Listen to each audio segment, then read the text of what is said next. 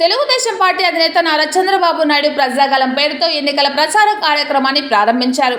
ఇందులో భాగంగా కదిరి పట్టణంలో టీడీపీ అధినేత చంద్రబాబు నాయుడు రోడ్ షో బహిరంగ సభ నిర్వహించారు. బహిరంగ సభలో చంద్రబాబు నాయుడు మాట్లాడుతూ 5 ఏళ్ల పాటు తాడేపల్లి ప్యాలెస్కి పరిమితమై ఆపై పరదాల మాటను విరిగిన ముఖ్యమంత్రి జగన్మోహన్ రెడ్డి ఎన్నికలు వచ్చాయనగానే మళ్లీ ప్రజలను మభ్యపెట్టడానికి బస్సు యాత్ర పేరుతో వస్తున్నారని, ఆయనను ఇంటికి సాగనంపడానికి ప్రజలు సిద్ధమయ్యారని చంద్రబాబు నాయుడు పేర్కొన్నారు. గత ఎన్నికల సమయంలో సొంత బాబాయ్ వివేకానంద రెడ్డిని హత్య చేసి ఆపై ఎన్నికల్లో లబ్ధి పొందారని చంద్రబాబు నాయుడు ఆరోపించారు.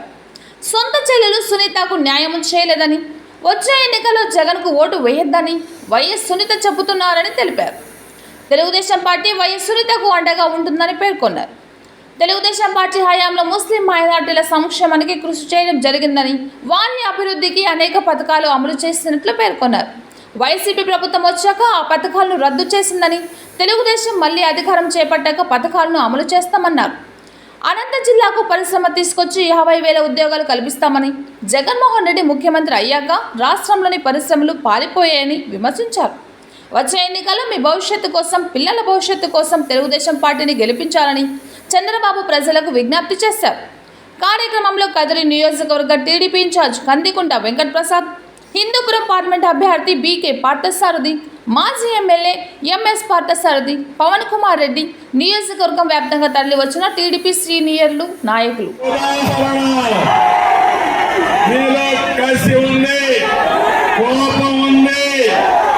వైఎస్ఆర్ కాంగ్రెస్ పార్టీ వల్ల మీ జీవితాలు నాశనం అయిపోయినాయి.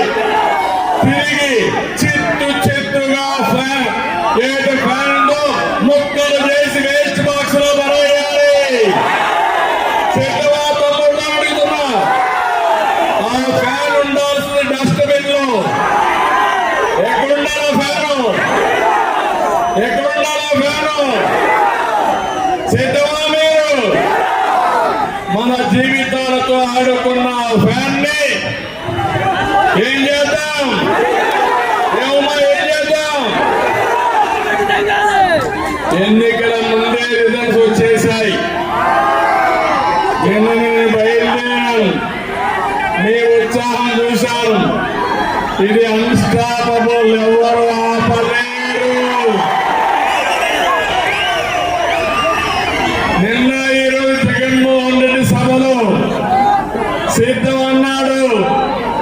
మేము సిద్ధం నుంచి ఓడించడానికి ప్రజలందరూ కూడా సహాయ నిరాకరణ ప్రారంభించారు. పాపం ఫ్రస్ట్రేషన్ లో ఉన్నాడు, డిప్రెషన్ లో ఉన్నాడు. ఈ కదిరి చూసిన తర్వాత ఎన్ని టీవీలు పగలుతాయో నాకు తెలియదు. అందుకని నేనే